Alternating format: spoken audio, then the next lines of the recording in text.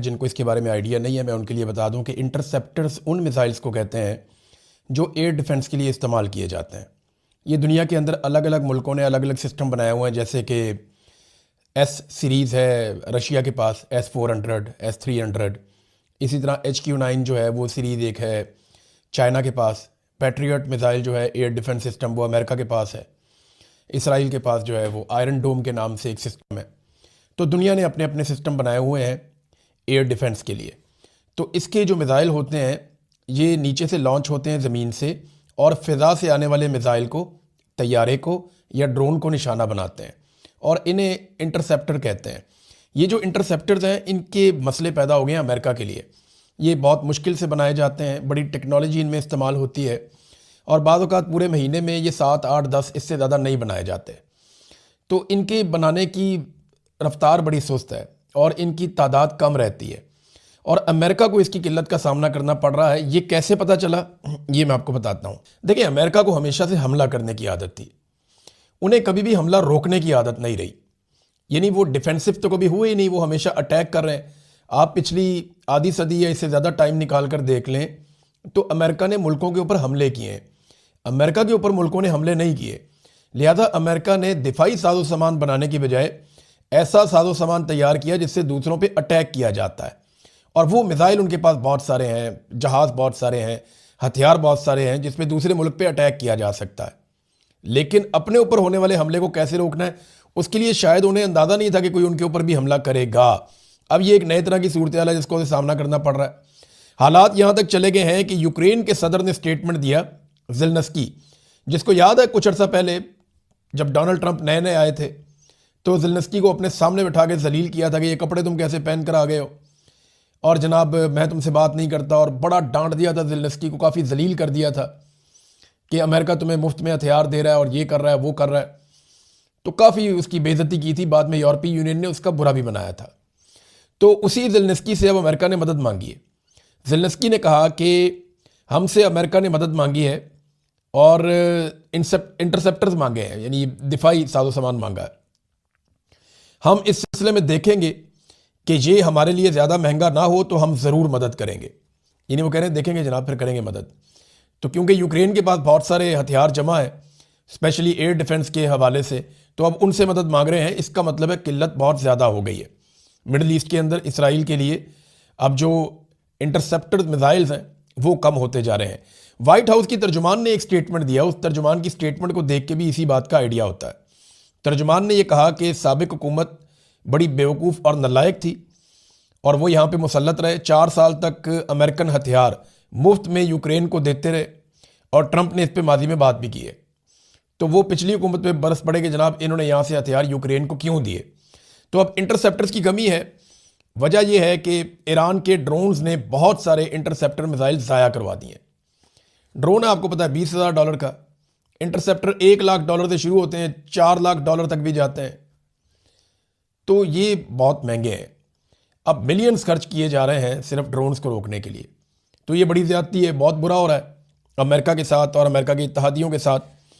बहरहाल इसी गुस्से में अमेरिका ने अब शदीद हमले शुरू कर दिए। देखें, दूसरी हिकमत अमली आपके पास क्या होती है, जब आप किसी का हमला रोक नहीं पा रहे होते तो फिर आप बहुत शदीद हमले शुरू कर देते हैं। अब अमेरिका ने जो हमले इस वक्त शुरू किए हैं, 2000 पाउंड वजनी बम वो तेहरान के ऊपर मार रहा है। तेहरान से जो मनाजिर नज़र आ रहे हैं वो इंतहाई हौलनाक है। देखिए, तेहरान में लगभग 1 करोड़ लोग रहते हैं, 90 लाख से 1 करोड़ के बीच में तेहरान की आबादी है। गुंजान आबाद इलाका है और बहुत बड़ी आबादी है वहाँ पे इस किस्म के 2000 पाउंड वजनी बमों को मारने का मतलब यह है कि आम शहरियों को मौत के मुंह में धकेलना। अब तक की इतला के मुताबिक 1045 अफराद ईरान के अंदर शहीद हुए हैं, जो आलमी मीडिया पे रिपोर्ट हो रहा है। ये बहुत बड़ी तादाद में शहादतें हैं इतने कम वक्त के अंदर। तो ईरान में बहुत तबाही फैली है, बहुत तेज़ी से बम्बारमेंट की जा रही है ईरान के मुख्तलिफ इलाकों में अमेरिका की जानिब से। अमेरिका और इसराइल चारों तरफ से ईरान को घेर के उसके साथ लड़ रहे हैं और इस वक्त बड़ी खौफनाक तबाही फैला रहे हैं जिसमें सिविलियंस का नुकसान हो रहा है। अक़वाम मुत्तहिदा कुछ नहीं कर रहा, दुनिया के ममालिक कुछ नहीं कर रहे, यूरोपीय यूनियन कुछ नहीं कर रहा, और अमेरिका और इसराइल लगातार खौफनाक हमले कर रहे हैं ईरान के अंदर। दूसरी तरफ ईरान ने अपने नए तरह के ड्रोन्स जो हैं वो इस्तेमाल करने शुरू कर दिए, क्योंकि अमेरिका सटपटा गया, वो बहुत परेशान है जो शाहिद ड्रोन है ईरान का, जिसकी आप बहुत सारी तस्वीरें और वीडियोस देख रहे हैं, वो लॉन्च हो जाता है, छोटा सा ड्रोन है, वो जाता है, ये खुदकुशी करता है ड्रोन, ये सीधा जाता है, जाके टकराता है और धमाका कर देता है। अब ये ड्रोन जो है इनकी रफ्तार भी कम थी, इनकी आवाज़ भी बहुत ज़्यादा थी, और ये पहचाने भी जाते थे, पकड़ में भी आ जाते थे। तो ईरान ने ये ड्रोन बहुत बड़ी तादाद में इस्तेमाल किए हैं। लेकिन याद रहे ये ईरान का वो ड्रोन है जो उनका बेसिक ड्रोन है, जो उन्होंने पहले बनाया था। अब उन्होंने और भी जदीद ड्रोन बना रखे हैं। अब ईरान ने कल के दिन से अपने निस्बतन जदीद ड्रोन हदीद 110 ये निकाले हैं अब, और इनको इस्तेमाल करना शुरू किया है। इनकी रफ्तार भी ज़्यादा है और इनकी शनाख्त भी इतने आराम से नहीं होती, यानी ये पहचान में नहीं आते और ये अपने टारगेट तक पहुंच जाते हैं। तो ये एक नई तरह की मुसीबत, अब एक मुसीबत से जान नहीं छूट रही थी, पिछले ड्रोन भारी पड़े हुए थे, तो ये उससे बेहतर ड्रोन ईरान निकाल कर लाया। लेकिन जो ब्रीफिंग हुई है ना कैपिटल हिल में, ये अमरीकी हुकाम ने ब्रीफिंग दी है सेनेटर्स को, तो उस ब्रीफिंग के अंदर एक बात का एतराफ़ किया है अमरीकी हुकाम ने कि ये जो शाहिद ड्रोन्स हैं इनका अभी तक हम कोई हल नहीं निकाल सके। हमें समझ नहीं आ रही कि इनको कैसे रोकना है, क्योंकि ये बहुत कम कीमत के ड्रोन हैं, इनको रोकने के लिए बहुत भारी हमें हथियार इस्तेमाल करना पड़ता है, बहुत कीमती हथियार इस्तेमाल करना पड़ता है, जिसकी किल्लत पैदा हो रही है। तो हमारे पास इसके ख़िलाफ़ कोई हिकमत अमली नहीं है और हमें अंदाज़ा नहीं था कि हमें इतना भारी पड़ जाएगा। ये जनाब वो एतराफ़ कर रहे हैं। ईरान के लिए जो सबसे बड़ा चैलेंज है ना, मैंने पहले भी आपको कहा था, वो अब भी वही है। ईरान को अपनी चेन ऑफ कमांड हर हाल में बरकरार रखनी होगी। ईरान की अगर चेन ऑफ कमांड टूट गई और एक मरतबा ईरानी बिखर गए तो यहां से फिर अमेरिका और इसराइल का बहुत बड़ा फायदा हो जाएगा। ईरान को हर हाल में अपनी मौजूदा क़यादत को जिंदा रखना होगा, उन्हें बचाना होगा और एक चेन ऑफ कमांड बरकरार रखनी होगी कम से कम अगले 1 महीने तक, या जब तक ये जंग चलती रहती है। जब तक ये जंग चलती रहेगी और जंग के बाद भी उन्हें हर हाल में अपनी क़यादत को जिंदा रखना होगा और एक चेन ऑफ कमांड को बरकरार रखना होगा। चेन ऑफ कमांड का मतलब यह है कि ऊपर से नीचे तक अहकामात बराह रास्त पहुंचते रहे, यानी जो आखिरी आदमी खड़ा है, जो एक्ट करने वाला है, वहां तक ऊपर से जो अहकामात है उनकी चेन टूटनी नहीं चाहिए, चेन ऑफ कमांड रहनी चाहिए और कंट्रोल रहना चाहिए सिस्टम के ऊपर, इदारों के ऊपर, लोगों के ऊपर, फोर्सेस के ऊपर, और कंट्रोल के साथ पूरी कमांड होनी चाहिए। ये चेन ऑफ कमांड अगर ईरान बचाने में कामयाब हो जाता है तो ये उसकी सबसे बड़ी कामयाबी होगी। ईरान ने कुछ और भी एक्सपोज किया है। इन्होंने बताया जी कि फॉल्स फ्लैग ऑपरेशन टाइप की चीज़ें की जा रही हैं ताकि बाकी मुल्कों को इसराइल और अमेरिका के साथ मिलकर ईरान पर हमला करने के लिए उकसाया जा सके। इस हवाले से कुछ चीज़ें सामने आई हैं, मैं आपके साथ शेयर करता हूं। नंबर 1 तो ये पता चला कि एक तो ईरान ने अपने पड़ोसियों को एक पैगाम दिया, पहले मैं आपको पढ़ के सुनाता हूं, ये अहम है, ये बड़ा ज़रूरी है। मैंने आपको पिछले व्लॉग में कहा ना कि ईरान के लिए बहुत ज़रूरी है कि वो अरब ममालिक को अपने कंट्रोल में रखे या उनके साथ राब्ते में रहे। ईरान के सदर ने अपने पड़ोसी मुल्कों के सरबराहों के नाम एक पैगाम जारी किया है। अपने बयान में ईरानी सदर ने कहा कि हम सफारतकारी के जरिए जंग से गुरेज करने की हमने पूरी कोशिश की है, हमने कोशिश की कि मुज़ाकरात हो जाए, सफारतकारी हो जाए, लेकिन सहूनी अमरीकी फ़ौज की जारहियत ने हमारे पास अपने दिफा के सिवा कोई दूसरा रास्ता छोड़ा ही नहीं। यानी हम पे इन्होंने जब अटैक कर दिया, हमें मारना शुरू कर दिया, तो हमारे पास अपना दिफा करने के अलावा दूसरा कोई रास्ता नहीं था। इन्होंने पड़ोसी मुल्कों के सरबराहों को मुखातिब करते हुए कहा कि हम आपकी खुद मुख्तारी का एहतराम करते हैं और हम ये समझते हैं कि खित्ते में अमन व इस्तेहकाम यहाँ की रियासतों की मजमूई कोशिशों से ही हासिल किया जा सकता है। ये बड़ी अक्लमंदी की है। तमाम अरब ममालिक को पैगाम दिया कि हम आपकी खुद मुख्तारी का एहतराम करते हैं, लेकिन हमारे पास कोई रास्ता नहीं था अमेरिका को और इसराइल को जवाब देने के अलावा, क्योंकि उन्होंने हमें दीवार के साथ लगाया। हम तो मुज़ाकरात करना चाह रहे थे, हम तो चाह रहे थे कि सफारतकारी के जरिए से मसला हल हो जाए, लेकिन इन्होंने ऐसा होने नहीं दिया। अब नाजरीन, जहाँ पे इसकी कुछ तफसील है मैं आपके साथ शेयर करता हूँ। ये मिडल ईस्ट आई ने इसको लिखा है कि Iranian official says Israel carried out some of the drone strikes on Gulf energy sites. वो ये कह रहे हैं कि गल्फ की कोई एनर्जी साइट्स हैं जहां पे ईरानी सोर्सेज ये कहते हैं कि जो हमले किए गए हैं वो इसराइल की जानिब से किए गए। अब अरब ममालिक के एनर्जी साइट्स के ऊपर इसराइल हमला कर रहा है, तो इसका मतलब क्या है? सोर्सेज से that some of the attacks, namely on oil refineries, ports and civilian targets, were carried out by Israel to provoke Gulf state into entering war. वो कहते हैं जी वो जंग के अंदर घसीट के लाना चाहता है, वो उकसा रहा है इन ममालिक को कि आ जाओ जंग के अंदर। अभी यहां पे इसमें ना कुछ और इंफॉर्मेशन भी आई है हमारे पास। वो इंफॉर्मेशन ये बताती है कि साइप्रस में जो बरतानवी बेस के ऊपर अटैक हुआ था वहां पे भी ईरान की तरफ से मिसाइल नहीं आया था, यानी वो जो हमला हुआ था वो ईरान की जानिब से नहीं आया था, ये भी कंफर्मेशन हुई है। फिर तुर्की में गिरने वाला जो मिसाइल है उसका मलबा जब चेक किया गया है तो ये SM-3 इंटरसेप्टर मिसाइल है, यानी ये भी ईरान का नहीं है। इंटरसेप्टर तो ईरान के पास है ही नहीं, ये तो अमेरिका या इसराइल इस्तेमाल करता है।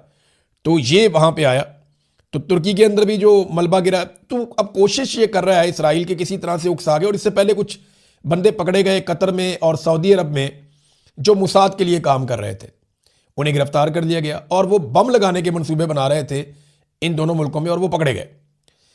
वजह ये उसमें समझ आ रही है कि यहां बम लगाए जाए, इन मुल्कों को उकसाया जाए और सारे अरब ममालिक मिलकर ईरान के ऊपर अटैक कर दें, तो इसराइल के लिए, अमेरिका के लिए सूरत हाल और बेहतर हो जाएगी।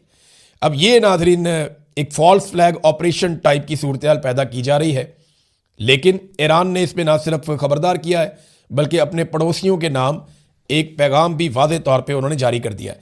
नाज़रीन, इराक का इलाका है नजफ, ये एक सहरा है नजफ, यहाँ पे कमांडोज उतारे गए हेलीकॉप्टर के ज़रिए से। ये कुछ 6-7 हेलीकॉप्टर आते हैं और वो ये कल की बात है, और उन्होंने सहरा के अंदर कमांडोज और साजो सामान उतारा है।